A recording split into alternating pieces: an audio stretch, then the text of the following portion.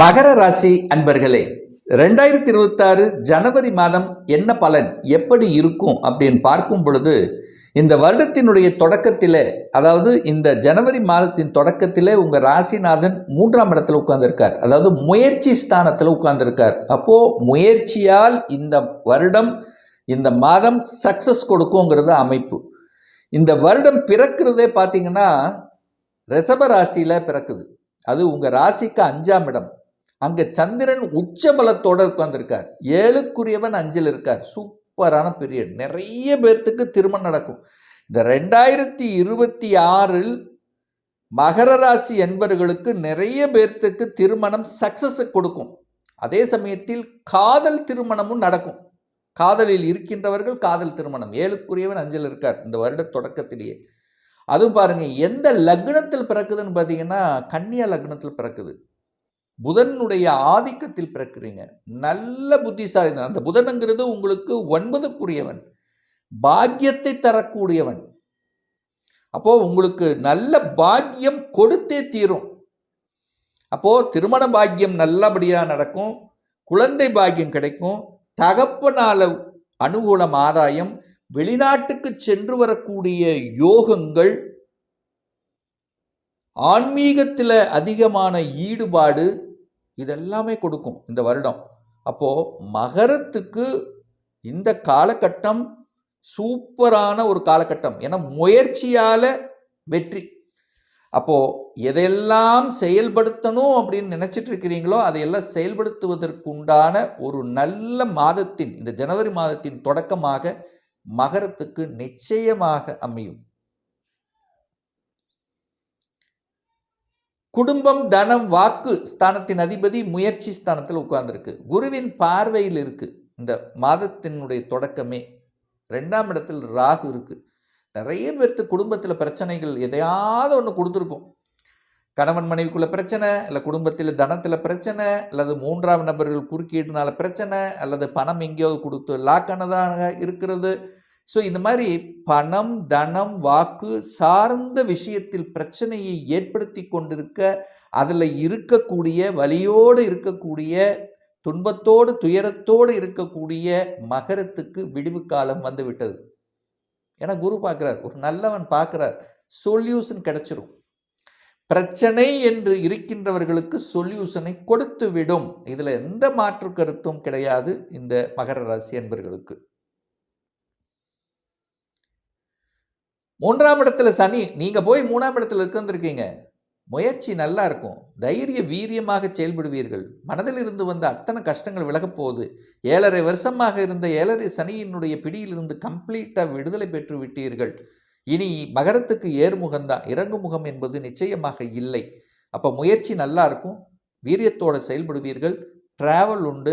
இதுவரைக்கும் அலைச்சல், திருச்சல், டென்ஷன், ப்ரெஷரோடு இருந்தவர்கள் இப்போ அதனாலேயே உங்களுக்கு அந்த அமைப்பாலேயே இப்போது உயர்வை சந்திக்கக்கூடிய காலம் வந்துவிட்டது.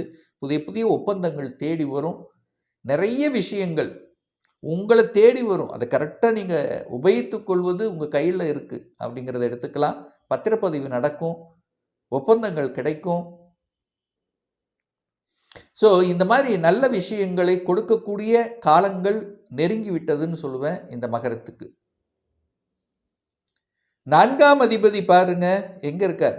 12ல் இருக்கார், விரயத்தில் இருக்கார். அப்போது என்னன்னா, இந்த மகரத்துக்கு இந்த ஜனவரி மாதம் உட்பகுதி முதல் ஒரு ஆஃப், அதாவது பொங்கல் வரைக்கும் பார்த்தீங்கன்னா ஒரு மாதிரி ப்ரெஷர், டென்ஷனோடு இருப்பீங்க. அப்படியே மாறிடும். பொங்கலுக்கு அப்புறம் அப்படியே தலைகீழாக மாறப்போகுது. ஏன்னா பொங்கலுக்கு முன்னாடி பார்த்தீங்கன்னா 4 கிரகங்கள் விரயஸ்தானத்தில் உட்கார்ந்துருக்கு. செலவு அதிகமாகுதுன்னு நினைப்பீங்க, விரயம் அதிகமாகுதுன்னு நினைப்பீங்க, கால விரயமாகுதுன்னு நினைப்பீங்க. நடக்கிறது நடக்கலை, நினைக்கிறது நடக்கலை, ஏதோ ஒரு மாதிரி டல் அடித்த மாதிரி இருக்கக்கூடிய தன்மைகளை இந்த மகரத்துக்கு கொடுத்து கொண்டிருக்கிறதுன்னு நான் சொல்லுவேன். ஆனால் பொங்கலுக்கு அப்புறம் அப்படியே தலைகீழாக மாறப்போகுது. எப்படி சார் அப்படின்னீங்கன்னா, 13/1/2026 அன்று சுக்கிர பகவான் மகரத்தில் உங்கள் ராசியில் வந்து அமரப்போகிறார். அப்போது இந்த மகரத்துக்கு சுக்கிரன் யார் அப்படின்னா 5க்குரியவன், பூர்வ புண்ணியஸ்தானத்தின் அதிபதி, பஞ்சமஸ்தானத்தின் அதிபதி, காதல் ஸ்தானத்தின் அதிபதி, தொழில் ஸ்தானத்தின் அதிபதி தான் சுக்கிரன். அதாவது உங்களுக்கு ராஜயோகத்தை தரக்கூடிய கிரகம் சுக்கிரன். சுக்கிரன் தான் உங்களுக்கு யோகத்தை தரக்கூடிய 9 கிரகங்களில் அதிக பலன்களை கொடுக்கக்கூடியவன் சுக்கிர பகவான். அவர் உங்க ராசியிலேயே வந்து உட்கார்ந்திருக்கார். அப்போ இந்த காலகட்டம் தான் சூப்பரான காலகட்டம். அதாவது எப்போ 13/1/2026 அப்புறம் பூர்வ புண்ணியம் பலப்படும். தொழில் ரீதியாக இருந்து வந்த கஷ்டங்கள், விரயங்கள் அப்படியே போயிடும். விரயமாக இருந்தது, கஷ்டமா இருக்குது, வேலையில் அழுத்தமா இருக்கு, ப்ரெஷரா இருக்கு, எல்லாம் சரியாயிரும். நிறைய பேர்த்துக்கு அரசாங்க வேலை கிடைக்கக்கூடிய அமைப்புகள், சந்தர்ப்பங்கள் அந்த காலகட்டம் தான் உண்டு. ஏன்னா 5க்கும் 10க்குரியவன் உங்க ராசிலே வந்து உட்கார போறார். அரசாங்க வேலை கிடைக்கும். குழந்தைகளால் டென்ஷன் ஆகிட்டு இருக்கவங்க எல்லாம் இப்போ ரிலாக்ஸ் ஆயிருவீங்க. என் பேச்சை கேட்கல, தூரத்தில் இருக்கு, கொஞ்சம் கஷ்டமா இருக்கு, மனசு கஷ்டமா இருக்கு, ஹெல்த்தில் ஏதாவது பிரச்சனை கொடுத்துட்டு இருக்கு, என் பேச்சை கேட்க மாட்டேங்குது. ஸோ இந்த மாதிரி இருக்கிறவங்க எல்லாம் கரெக்டாகக்கூடிய காலம் இந்த பொங்கலுக்கு அப்புறம் அப்படின்னு எடுத்துக்கலாம். அப்போது தொழிலையும் மேன்மை கொடுக்க போகுது, குழந்தைகளாலையும் அனுகூலம் ஆதாயம் கொடுக்க போகுதுன்னு எடுத்துக்கலாம். அடுத்து பார்த்தீங்கன்னா சூரிய பகவான். அந்த சூரிய பகவான் எங்கே வந்து உங்கள் ராசியில் வந்து அமரப்போகிறார். 8க்குரியவன் தான். ஸோ சூரியன் உங்கள் ராசியில் வரும்போது ப்ளஸ் பாயிண்ட் என்னென்னா தன்னம்பிக்கை அதிகரிக்கும். சூரியனை போல் ஸ்ட்ரைட் ஃபார்வர்டு இருப்பீங்க, வளைஞ்சு நெளிஞ்சு கொடுக்க மாட்டீங்க. அங்கே தான் பிரச்சனை. அப்போ செவ்வாயும் சூரியனும் 2 வெப்ப கிரகங்கள், ஆக்ரோஷ கிரகங்கள்னு கூட சொல்லலாம். ராசியில் உட்காரும்போது கோபமும் ஆக்ரோஷம் அதிகப்படுத்தும். ஏன்னா 8க்குரியவன் சூரியன்.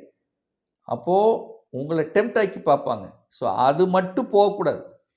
அப்போ என்ன அர்த்தம், என்ன சொல்ல வரேன் அப்படின்னா, கோபப்படக்கூடாது, ஆக்ரோஷப்படக்கூடாது, டக்குன்னு முடிவெடுக்கக்கூடாது. கோபத்தில் எடுக்கக்கூடிய முடிவுகள் தவறாக சென்று விடும் என்பதை மனசில் வச்சுக்கோங்க. அப்போதான் உங்களை டெம்ப்ட் ஏற்றி பார்ப்பாங்க. அதுக்கு நீங்கள் உடன்படக்கூடாது. ரைட்.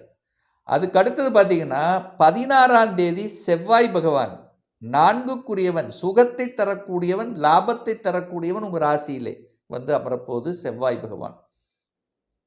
அப்போ 4ஆம் இடத்துல அதிபதி ராசியில் வரும் பொழுது உங்களுக்கு அந்த நிலம், வீடு, வண்டி, வாகனம், இந்த எண்ண ஓட்டங்களை கொடுக்கும். ஸோ நிலத்தை வாங்கலாமா, தாராளமாக வாங்கிக்கலாம். அப்போ என்ன, பொங்கலுக்கு அப்புறம் இந்த ஜனவரி மாதம் 15க்கு அப்புறம் நீங்கள் இடம் வாங்கிறது, நிலம் வாங்கிறது, வீடு வாங்கிறது, வண்டி வாகனம் வாங்கிறது, பத்திரப்பதிவு செய்கிறது எல்லாமே செஞ்சுக்கலாம். ஏன்னா புதனும் வந்து உட்கார்ந்துருக்கார்.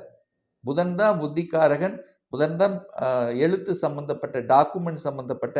ஸோ இது எல்லாமே சக்ஸஸாக முடியும் அப்படின்னு நீங்கள் எடுத்துக்கலாம். அப்போ புதன் வந்து வரும்போது லக்னத்தில் வந்து உங்கள் ராசியில் வரும்போது திக்பலம், அறிவுபூர்வமான செயல்பாடுகள், ஆக்கப்பூர்வமான செயல்பாடுகள் திருப்தியை தரும். அப்போ மகர ராசி என்பவர்களுக்கு என்ன சொல்ல போகிறேன்னா, இந்த 2026 சூப்பரான பீரியடு தான். ஏன்னா 7.5 சனி ஃபுல்லாக முடிஞ்சு வச்சு. ஸோ 7.5 சனி கிடையாது.